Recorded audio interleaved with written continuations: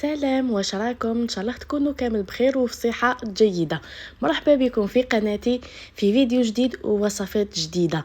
هاد الخطره سبيسيال تاع رمضان، ان شاء الله تصوموه كامل بالصحه والهنا. دونك كيما راكم تشوفوا هنا في الفيديو تاعنا رايح نشارك معكم حاجه معسلات. درت معكم كنافه بنوعين هكذا تستمتعوا بهم في سهراتكم الرمضانيه. دونك تبعوا معايا، نعطيكم طريقه التحضير والمقادير اللي نحتاجوها باش نديروا هاد الكنافه الشابه اللي ديجا بالعين كيما يقولوا ديجا يخي العين تاكل قبل الكرش. هكا ديجا بالعين صادون اونفي باش تاكلوهم. كيما راكم تشوفوا هنايا عندي قطايف، لازم ديروا النوعيه المليحه. نشدها نحلها كامل ونقطعها سواء بالمقص سواء في الاشواخ. المهم نقطعها قطع صغيره كيما راكم تشوفوا فيها هنايا في الفيديو. هنا دوكا واش عندي؟ الحاجه الاولى عندي القطايف، درت 150 غرام، زدت عليها ملعقه صغيره تاع السكر ناعم سكر غلاس. هذه يعني تقدروا تستغناو عليها، مي هذه نديروها باش دير زيد لنا القرمشه في الكنافه تاعنا كي طيب. نخلطهم قبل هكذا بهذه الطريقه، من بعد نزيد عليها السمن تكونوا ذوبتوه ويكون شويه بارد. هنا درت تقريبا 60 غرام، ماشي تقريبا، درت 60 غرام كيما شفتوا راني وزنتها. نحطها كامل على القطايف تاعي ونبدا ندخل فيها هكا كيما راكم تشوفوا بهذه الطريقه. انا بديت نخدم بالمغرفه، مي قلت نخدم بيدي خير هكا نكون على بالي واش راني ندير، نتحسس القطايف تاوعي بلي تشمخوا مليح باليدام. من بعد نجي نوجد الحشو. هنا عندي شوفوا اللوز حمصته وريحته خشين كيما شفتوه دوكا. هنا درت قيس 75 غرام تاع اللوز المحمص ومرحي و15 غرام تاع السكر عادي مع ملعقه اكل تاع مزهر. نخلط هكذا شويه، ولازم يكون الحشو هكا مزربع، مي لازم يكون مشمخ كامل ماشي حتى ينطم. المول اللي راح نطيب فيه هو هذا اللي راكم تشوفوا فيه، القطر تاعو 17 سنتيمتر. بالنسبه للحشو تقدروا ديروا كاوكاو، كيما تقدروا ديروا خليط بين الكاوكاو واللوز، يعني كيما تحبوا. دونك دوكا نجي نكمل. نشد هذيك القطايف اللي كنا درناها هي الاولى، نحط الطبقه الاولى هكذا في المول كقاعده، ونزيد ندير في لي كوتي باش كي نحط الحشو لازم ما يلحقليش الاطراف، سينو يتحرق كي نطيبوه في الفرن. لازم ديروا هذه الطريقه وطعبزوا مليح بيدكم باش يجي السطح تاعها مستوي. ندير الحشو ونسقمو هكذا، ونكمل الكميه اللي قعدت لي تاع القطايف نحطها هكذا من الفوق بهذه الطريقه. نسقمها مليح باش يجي الشكل تاعها شباب ويكون السطح تاعها مستوي. هنا دوكا استوس، هنا جبت ساك دو كونجيلاسيون حليته حطيته هكذا ودرت بمول واحد اخر، طبعت مليح الكنافه تاعي باش يجي الشكل تاعها شباب. فوالا مور ما كملنا راني نزيد عليها من الفوق شويه تاع سمن يكون دايب بهذه الطريقه اللي راكم تشوفوا فيها، يعني حاجه خفيفه برك، واحد 2 ملاعق برك وهنا راهي واجده. نروحوا للشكل الثاني. هنا شوفوا عندي القطايف درتهم بنفس الطريقه اللي درنا بها القطايف الاولين، يعني كلش كيف. هنا رايحه نطيبهم في هذا الليمول الصغار، راح نديرهم ديمول انديفيديوال. نديروا الميني كنافه بالشوكولاته، يعني الاولى درناها بالمكسرات وهذا النوع الثاني نديروه بالشوكولا. هنا شوفوا عندكم حاجه بالنسبه للسمن اللي درناه مع القطايف. الخطره الاولى كنت درت 60 غرام، هنا نقصت درت 55 غرام.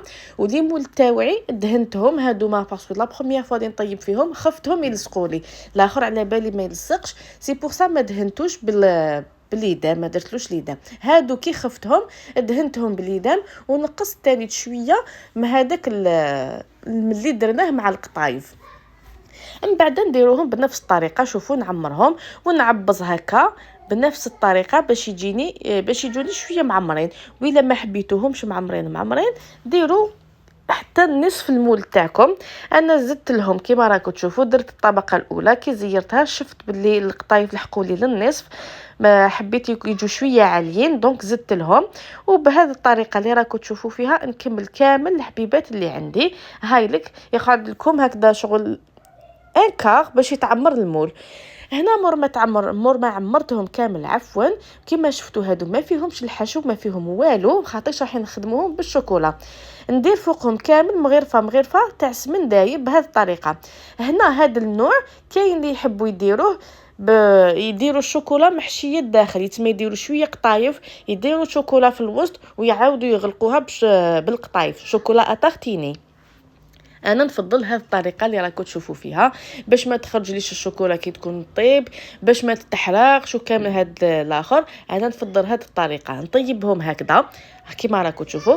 دوك نحطهم كامل في فرن نكون سخنته من قبل، يطيبوا على 180 درجه حتى يحمروا، ونجبدهم كيما راكم تشوفوا هنايا. مور ما حماروا طابوا راني جبدتهم ونعسلهم. هنا دوكا عندكم حاجه، كي تعسلوهم ما تخلوهمش بزاف في المول، الا عسلتوهم وهما داخل المول يتعسلوا هما سخونين، يعني كملاحظه لازم يتعسلوا وهما سخونين. ندير لهم ملعقه من بعد نحيهم ونقطرهم فوق كالشبكه، ولا خاطرش لو كان تخلوهم يطولوا هنايا في المول كي تجو ديموليوهم يجوكم واعرين، العسيله هذه كامل تقعد لكم من تحت، وكي تنحوهم القطايف هذوك من بعد ما يتنحوش بشكل جميل. فوالا راح يقعد لكم شويه من التحت، يتما ايفيتي لازم تنحيوهم قبل ما يقعدوا الداخل، ما تخلوهمش الداخل بزاف ولا تديموليوهم باش تعسلوهم. وهذه الثانيه راني عسلتها كيما راكم تشوفوا، درت لها تاني تقيس 6 مغارف تاع العسيله، هاد الصغار درت لهم وحده. دوكا نديموليهم ونجي نشبحهم، راكم تشوفوا هنايا كي راني نديمولي فيهم وحده حطيتها على نحطهم على الوجه، يعني اللي يجي شباب سواء على القاعده سواء من الفوق، ونجيب شوكولا اتارتيني ونديكوريهم هكذا. هذه نديرها للحشو، من بعد نغلق عليها بطبقه واحده اخرى تاع الكنافه اللي طيبناها وحدها، وندير من بعد شوكولا اتارتيني. درت البيضه هذه بذوق بوينو، وندير شوكولا تاني اتارتيني الكحله بهذه الطريقه اللي راكم تشوفوا فيها. هذا هو التزيين اللي درناه الانواع تاع الشوكولا تاع كنافه بذوق الشوكولا. من بعد نجيب هكذا عود الشواء ولا كوردون ولا بالموس، ندير هكذا خطوط متعاكسه ولا نديرهم بنفس الاتجاه.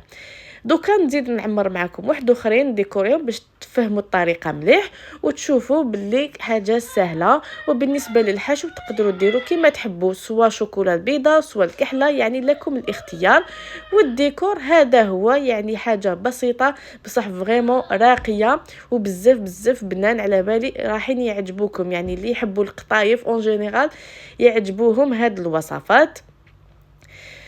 وقبل ما نكملوا تزيين تاع النوع الاخر، ديروا لي جيم في الفيديو اللي عجبكم، خليوا لي رايكم في التعليقات وزيدوا بارطاجيوه باش كامل يستفيدوا منه. اي بيان سور اللي يشوف لاشين تاعي بور لا بروميير فوا يدير لي ابوني. دوكا نولوا لهاد الكنافه هذه بالمكسرات. هنا بالنسبه للتزيين راكم تشوفوا المكسرات اللي راني نديكوري بهم راهم يبرييو وراهم يلصقوا فوق الكنافه. انا ما درت لهمش العسيله، درت ملعقه تاع جلوكوز مع 3 ملاعق تاع الماء، حطيتهم في كاسرونه، حطيتهم على النار حتى غلاو، يرفدوا الغليات، شوفيهم بداو يبقبقوا يغليو. راح نحيهم على النار وندير فيهم المكسرات اللي راني رايحه نزين بهم، هكذا يحكموا روحهم ويجوا هكذا يبريوا شابين. بالنسبه للتزيين اختياري، كل وحده تدير على حسب المتوفر عندها، يعني ما راكمش ملزمين تتقيدوا بالتزيين اللي درتو انا، كل واحد يدير على حساب واش متوفر عنده وعلى حساب الابداع تاعو. انا هذه هي الطريقه اللي درتها للتزيين، وهادو هما كما يقولوا الاشكال والانواع اللي درتهم لكم في هذا الفيديو. ان شاء الله يعجبوكم وتستمتعوا بهم في سهرتكم الرمضانيه. انا دوكا راكم تشوفوا نقسم لكم وحده ونقول لكم لحقنا نهايه الفيديو. ان شاء الله عجبوكم الوصفات، نتلاقاو في فيديو اخر ان شاء الله. ما تنسوش ديروا جيم وتبارطاجيو الفيديو مع اصحابكم وحبابكم وديروا لي ابوني. سلام.